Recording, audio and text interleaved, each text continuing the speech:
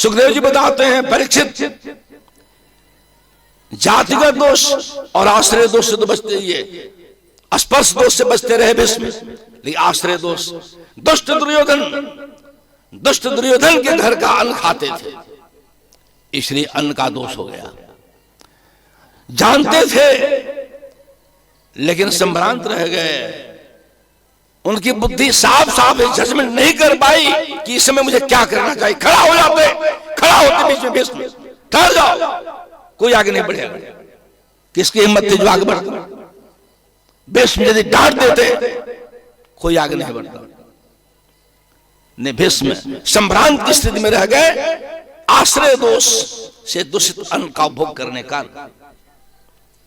और दुष्ट था दुर्योधन अन्न का भोग करते थे, इसलिए अवनिया किया जाता है ठाकुर बाड़ी में, कैसे न कौन मुर्गा और खाए वाला चावल आगे ओकरा बढ़िया से शुद्ध कर ले। अरे ठाकुर बाड़ी में लड़ाई शुरू हो जाता, अवनिया करने में कमजोरी हो जाएगी तो माथा फोड़ी वहां भी हो जाएगा, वहां भी आ जाएगा कल, इसलिए अवनिया किया जाता है।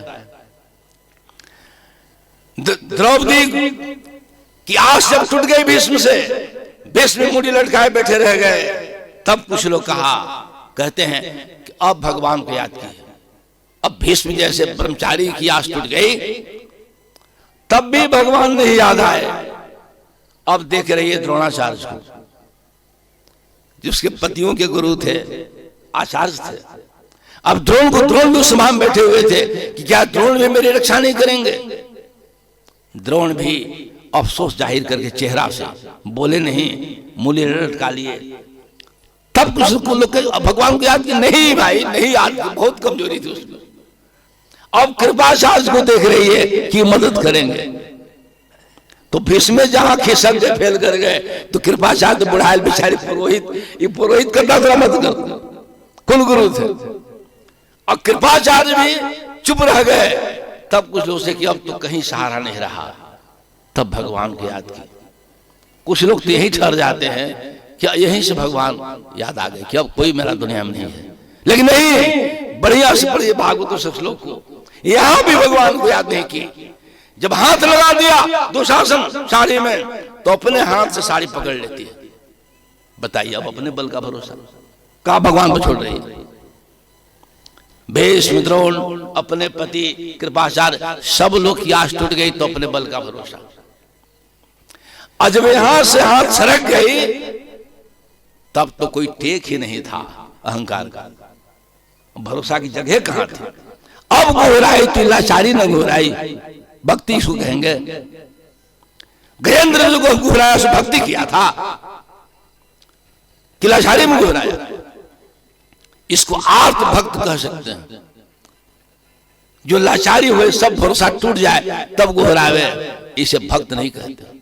भक्त का मतलब होता है जो भगवान का होता है, भगवान उसके होते हैं जो भगवान कहते हैं किसी को नहीं जानता।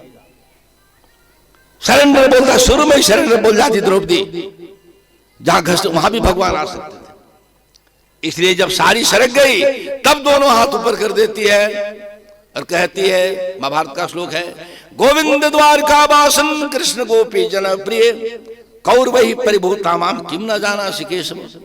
ऐ गोविंद, ऐ द्वारकावासी, ऐ गोपी जन प्रिय, क्या कौरवों से फजीयत होती घिरी हुई मुझे आप नहीं देख रहे हैं?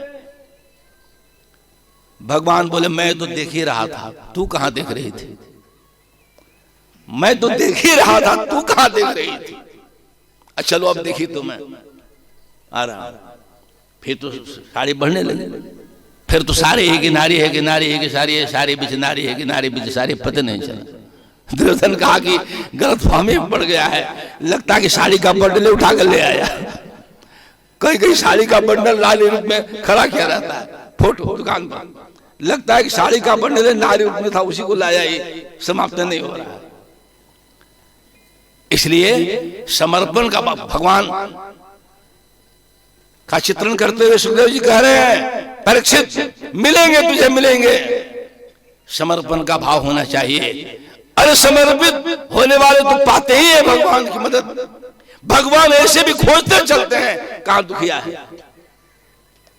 और बिना बुलाए भी भगवान आ जाते हैं।